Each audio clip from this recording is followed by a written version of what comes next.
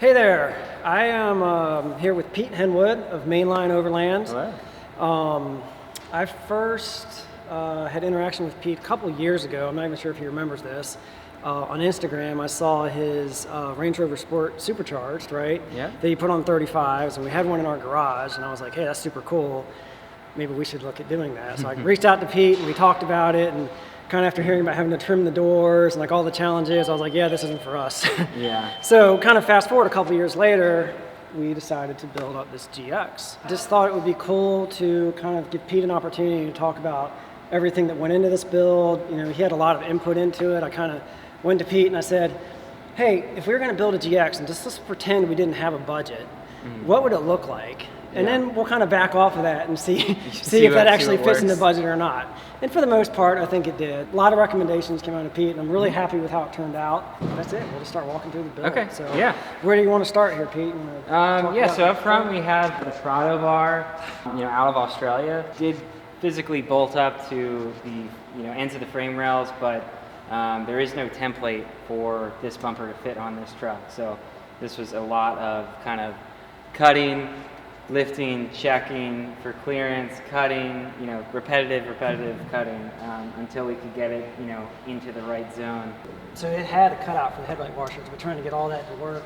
Correct, yeah, getting that to work, that's why this radius dips up here, is so that this can actually extend up to spray the headlights. And then the other kind of tricky thing was how we were going to kind of slot the grille to accommodate the uprights for the bar work. But apart from that, once we kind of figured out the template a rough template of what we needed to do, it came together really nicely. We had obviously the headlight washers, we have the parking sensors in place. Just like all the Summit bars, it does have door access for your free spool lever to get to the come up 12.5 RS winch we have in there, and the LP9's mounted up kind of perfectly. Behind the grille here we have the come up control box for the wireless remote and for the wired controller as well.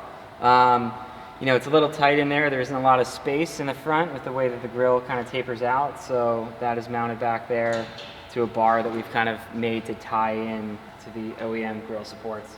Up front here we have the ARB air compressor, and then we have kind of our red arc battery system here that's charging our auxiliary battery, and then we have two 34 Optimas here in place with the S-Pod Bantam, which is pretty killer. This was a little bit of a hurdle here. We thought originally we were going to be able to put that battery back in that kind of Forerunner location, but the heater core kind of hoses and everything kind of made us think a little bit twice about kind of modding that OEM kind of component of the vehicle to try to keep it simple. So we made a couple of changes to this area to be able to accommodate two batteries. Everything kind of fits nice and tidy. We do have a lot of leads coming to the batteries just with inverters and the winch, and a lot of USB and 12-volt power ports around the vehicle that we'll show you here in just a minute. I know the tire size we did here was pretty aggressive. Not a little aggressive. Yep. I think most of the guys running the GXs are running 285 70s. Yep. 17s, and we went to a 285 75 17. So yeah. Maybe you can talk a little bit about what went into making that work. Yeah, absolutely. So we're running, basically a metric 34 instead of the metric 33 that a lot of people run. We're running them with the 17x8 EVO Corse wheel with zero offset. And that is giving us kind of the right spacing off of the upper control arm, and giving us the ability to get some decent clearance. So we did have to do a little bit of massaging in the back of the wheel well, body mount chop, and a little bit of clearancing of that lower fender bracket to be able to get full lock, a little bit flexed out. So we were able to get nice high caster numbers alignment wise with our Icon delta joint upper control arms up here, so we're able to get in that 4-degree range, which helps a lot with running a big tire. Obviously we're running like an Icon Stage 7 tubular kit on this with the CBCV adjustment. So pretty killer suspension setup on this truck. Just a little bit of massaging to make the bigger tire work up front. And I know people are probably going to ask me, you put all this effort and money into this truck, why not the billet? Yeah. And you and I talked a little bit about that. Yeah, absolutely. I mean, the East Coast, we deal with all the salt and whatnot, where, the billet's really nice, but having things seize up and whatnot is what we're constantly battling, especially up at our New Hampshire location. And so, at some point, just make myself feel a little bit better about this. It's good to save money somewhere. yeah, Right. They're getting the same specs. The You same know, thing, yeah. you lose a tiny bit of adjustment. The billets have some climbs up top, but for what we do on the East Coast, it would be more work for you, and it would be kind of more of a hassle than the benefit you might see if you lived out in Cali or something like that. Moving We got along, a snorkel here. yeah, we've got our Davidson's GX460 Prado snorkel bolted right up. You know, a little bit of massaging work to get it to fit the GX, you know, the latest GX fender here. Otherwise, a great piece, and you know, something we would recommend for other GX owners. And then kind of moving a little bit further down, we have our MLO bolt-on sliders for the GX. One nice thing we did was we got the rocker caps brought in from Japan, you know, already painted, which was really nice. So we did some nice clearancing to kind of blend the slider in with the rocker cover as opposed to just cutting the OEM running board. Moving along the exterior, we got our front runner rack. Pete also did some work to my 100 series. Yeah. It was in here a couple weeks ago, I guess about 6 weeks ago, when I Yep. dropped this off and made Yeah. a swap, running the same rack on it. It's been fantastic. So Absolutely. I'm sure this one will. Yeah, This is good. yeah, we love the front runner stuff. I mean, it's just, there's so many accessories and it's so easy to add. You just take a cap off and then you can slide a bolt down, you know, and it's ready to rock. And pretty readily available stuff too. And then the iCamper. The iCamper. The long-awaited iCamper. So looks pretty killer up there in the black too. Yeah. I know we had a lot of discussion about going the matte or the, what's that, The shiny? rocky black Yeah, or the rocky gloss. black, the Yeah. gloss, yeah. So I'm happy with the choice you made. Yeah, I think it's just like, it'll probably be a little bit Yeah. easier to keep clean too. Moving towards the rear, again, Icon Stage 7, we have their lower control arms. We don't have the uppers on right now, just because of the height sensor on the upper arm, and the lowers are kind of what's going to take the beating anyhow. But spring-wise, we have the Overland spring, the Icon Overland spring, a nice, really heavy spring, which kind of made it a little bit of a hot rod without all the weight on it. But once we got, you know, our tent and fridge and drawers and everything in there, Yeah, and it's not packed yet. There's a lot more weight to come. yeah, so I'll once probably we sit get nice there- and level yeah. when you're ready. All right, Pete, so moving around here to the rear end, we've got the Metal Tech bumper. Turned out great. Yeah. Why don't you tell us a little bit about that? And for anybody who cycles, we also got this ISI rack over from Australia, which is just awesome. It's pretty lightweight. And, Yeah. I love that it's, High keeps all the clearance. clearance and the departure angles Yeah. and those sorts of things. Pretty impressive. But tell us what went on with getting this bumper fitted. Yeah, absolutely. Yeah, this is the Metal Tech bumper. I mean, you know, they kind of say it'll fit up to like 13 or whatnot on their site. It fits pretty close. I mean, it was just a little bit of cutting of the rear bumper cover just under the tail light. But you know, apart from just kind of cutting several times and you know refitting and kind of literally just like shaving with a belt sander that rear kind of quarter piece, you know, it went on pretty smoothly. So you know, parking sensors are able to go in. We've got Yeah, that was utility huge for me. lights. That was one of the things I said to you. I was like, I kind of like to keep everything working Yep. as much as possible, and you guys were absolutely able to accomplish that, which is Yeah, great. no, absolutely. Yeah, it's a nice piece, you know, it just kind of fits right in, and it gives you enough kind of clearance around the edges to not have any worry about, you know, maybe pivoting into the metal, you know, of the rear quarter panel, which is important on a frame-mounted bumper. But yeah, I mean, we do have a lot going on in the swing out too, with jerry cans and you know, full-size 34 and everything. High lift, shovel, you know, good amount of weight, but It seems to carry it well. space is a premium, you know, Yeah, on right. with this rig, so Absolutely. it's nice to have everything kind of organized. The high clearance hitch is pretty killer too. Good complement for your ISI setup here. Yep.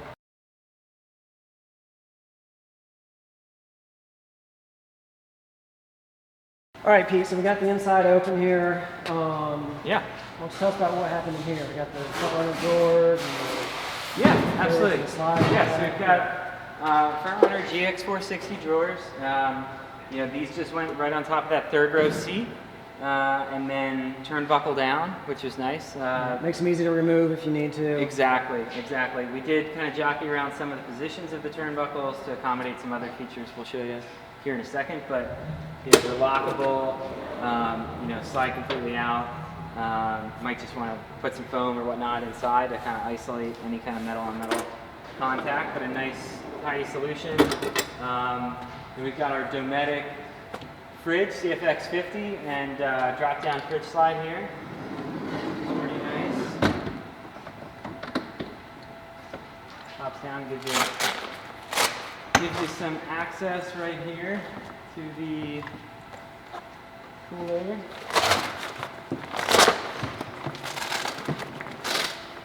So the CFX50, has Wi-Fi capability too. So, you can go ahead and adjust temperatures from an app, which is kind of cool. You have USB in there as well. But most importantly, you have access to cold beer. Yeah. And as silly as it sounds, I mean, forever I'm driving around and I'm like, is the fridge plugged in? Wondering, is it on? I'm trying to see the reflection of the light in the mirror in our other vehicle, in this one. So it seems a little silly, the Wi-Fi, but then also I can see some practicality behind it. I can actually check it while I'm driving to see if it's on. So that's kind of cool. All right, Pete, so talked about the rear end here, what's going on back here. Maybe talk a little bit about what we have going on here in terms of power solutions and things. I know one of the things that was a concern for me is it has no power. GX. There's not even a 12 volt back here. So, if you've got, we have kids and riding around back here trying to charge their phones and these things on these long days on the road. Power ports at a premium, right? Premium, So tell us kind of what you did to help solve that for me. Yeah, so we ended up adding a 12 volt and USB, dual USB socket from Blue Sea fast charge units. On both sides? On both sides behind the seat. So, you can run your cord easily with the seat up. They're kind of mounted on the upper wheel well area, just to kind of have the ability to charge devices, get plugged in, or run whatnot. Laptops. So one of the things that that helps us with being able to do these bigger trips that we're trying to get into is our kids homeschool. Yeah. But part of that is them having the ability to actually get on their computers and do some things. So we need to make sure we had all the power we needed to do that. Absolutely. Yeah, access is important. So we put in a GoPower Pure Sine 2000 watt inverter on the side of the front runner drawers, fit perfectly below the driver's side access panel to the side. So that's wired. I know you can't probably see it too well on the phone here, but it's awesome. It sits right here. Yep. So it's a great unit, pure sine wave, so it's not going to, damage any equipment with a surge or anything like that. And then we only had to move like one turnbuckle portion on the front runner drawers to accommodate that. So it was pretty nice install. But and then we've also added a couple other ports. So up in the front here, right? So we got again, we can't really see them from this side, but down here in the passenger side wheel well, again, there's hardly any 12 volt power in this GX. It's blew me away, but. You added same setup up here in the front, as well as for our CB. Absolutely. Cobra 75 that we've got going in there. And then the S-Pod. Why don't you talk a little bit about that? So we have the S-Pod Bantam touchscreen unit here. This gives us nice control of all of our accessories that are going to be switched, so we don't have to kind of hack up the interior, not having a lot of flat spaces on these new vehicles. So with this, we are able to basically control all of our lighting, our air compressor, and control our lockers as well. So that is giving us that capability. This also has a Bluetooth function too. So if you're up in the tent at night, you hear a noise, you can go ahead and click on your LP9s up front. Boom, what's that? You're gonna be able to see. So that's pretty killer. We run this in a lot of vehicles that are new or have a lot of leather upholstered panels that we can't really drill into. So it's a nice, tidy solution. Yeah, and I'm just spying the locker switches over here. We didn't really talk about that yet. So maybe a little about the gearing we went with and the lockers. And So we're running Nitro 488 gears, and then we're also running Harrop Eaton E-lockers, front and rear as well. So we like the reliability of the the e-locker, you know, less potential for a internal air leak or anything like that, that, you know, can kind of turn into a little bit of a nightmare, especially depending on where you have your compressor mounted. If it's in the interior, gear oil smell never goes away. So e-lockers are a great unit, and installed and kind of roll on typically, you know, just like a Toyota style e-locker. So you know, and with the 488s, we were kind of forced into running the 488s to be able to you know, accommodate the e-locker.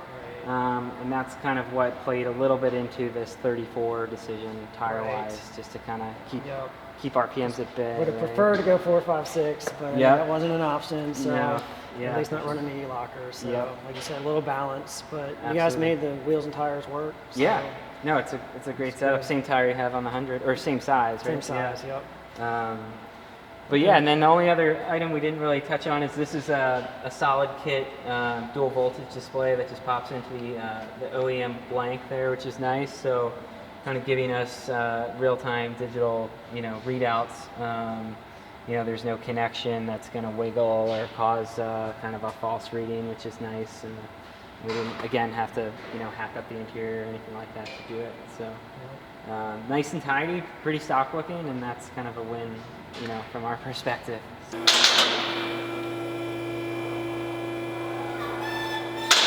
All right, Pete, so we threw this thing up on the rack.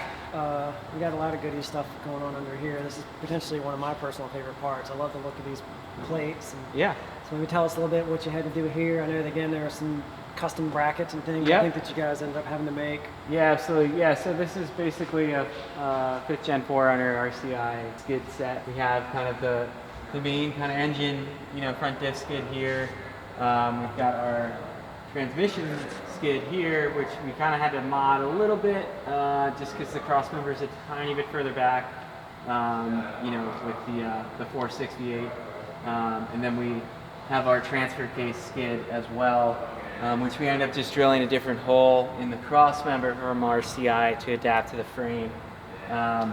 You know, apart from that, it does give it a nice clean belly look under here, and we have our fuel tank skid as well. You know, raw aluminum, you can gouge it up and you don't have to worry about touching that paint back up. Yeah. So it's pretty I know on my Cruiser with the I've got the steel plates under there. They're all marred up, gouged, and rusty, and all that stuff. Yeah. Aluminum isn't a bad option to keep the weight down. Above here you can't really see anything, but we do have that, again, that e-locker up front, the harrop. And then in the back we have the harrop as well. It's buried in the third member, but you know, you can't really tell. There's a 2-wire pigtail that comes out and goes up to the S-pod for power. But yeah, I mean, otherwise you can see our big old icon links here down below, and our nice, you know, 2.5 shocks in the rear. But otherwise, looking pretty stock, which is, you know, a nice feature for such a built-out truck sometimes. But yeah, this forward foot on the slider, right up here, is what we ended up moving forward about an inch or so, just to kind of work around the hard lines of the KDSS right up here. You know, future sets of our sliders for the 460 will have it in that location, so we won't have to do that workaround anymore. But otherwise, you know, a nice tidy underside for a nice clean truck that only has like 800 miles on it still. Yeah, about 800 miles what this truck has on it right now, so yeah. All right, Pete, well, thanks for giving us an overview of everything that went into this. I'm super excited, and, you know, just thank you guys for building us such an awesome truck. Thank for you our for choosing family us. Have some adventures in. And fun projects to kind of wrap our heads around and make stuff work on. So we're leaving here in 2 days to head up to Alaska for the maiden voyage on this, and try to reconnect with you guys at Overland West. Yeah.